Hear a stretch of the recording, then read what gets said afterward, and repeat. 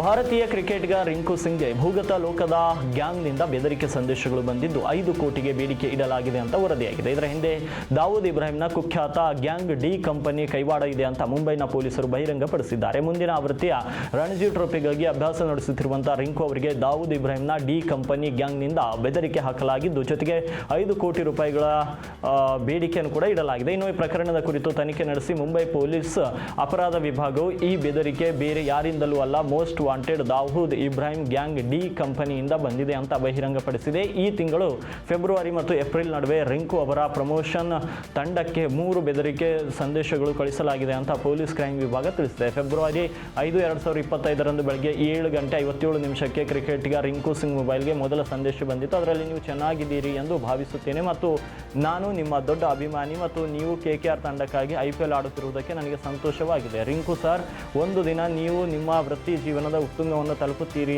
ಎಂದು ನನಗೆ ಖಚಿತವಾಗಿದೆ ಸರ್. ನೀವು ನನಗೆ ಸ್ವಲ್ಪ ಆರ್ಥಿಕವಾಗಿ ಸಹಾಯ ಮಾಡಬಹುದಾದರೆ ಅಲ್ಲಾಹ ನಿಮ್ಮನ್ನು ಇನ್ನಷ್ಟು ಎತ್ತರಕ್ಕೆ ಕೊಂಡೊಯ್ಯಲಿದ್ದಾನೆ ಇನ್ಶಾ ಅಲ್ಲಾ ಎಂದು ರಿಂಕುಗೆ ಸಂದೇಶ ಕಳಿಸಲಾಗಿತ್ತು. ಇದಕ್ಕೆ ಅವರು ಯಾವುದೇ ಪ್ರತಿಕ್ರಿಯೆ ನೀಡಿರಲಿಲ್ಲ. ಆದರೆ ನಂತರ ಏಪ್ರಿಲ್ 9, 2025 ರಾತ್ರಿ 11:56 ರಿಂಕು ಸಿಂಗ್ಗೆ ಮತ್ತೊಂದು ಸಂದೇಶ ಬಂದಿತ್ತು. ನನಗೆ 5 ಕೋಟಿ ರೂಪಾಯಿ ಬೇಕು, ನಾನು ಸಮಯ ಮತ್ತು ಸ್ಥಳವನ್ನು ನಿರ್ಧರಿಸುತ್ತೇನೆ ಎಂದು ಎರಡನೇ ಬೆದರಿಕೆ ಸಂದೇಶ ಬಂದಿತ್ತು. ಇದಕ್ಕೂ ರಿಂಕು ಸಿಂಗ್ ಉತ್ತರಿಸಲಿಲ್ಲ. ನಂತರ ಏಪ್ರಿಲ್ 20 ಬೆಳಗ್ಗೆ 7:41 ಇಂಗ್ಲಿಷ್ನಲ್ಲಿ ಮತ್ತೊಂದು ಸಂದೇಶ ಬಂದಿತ್ತು.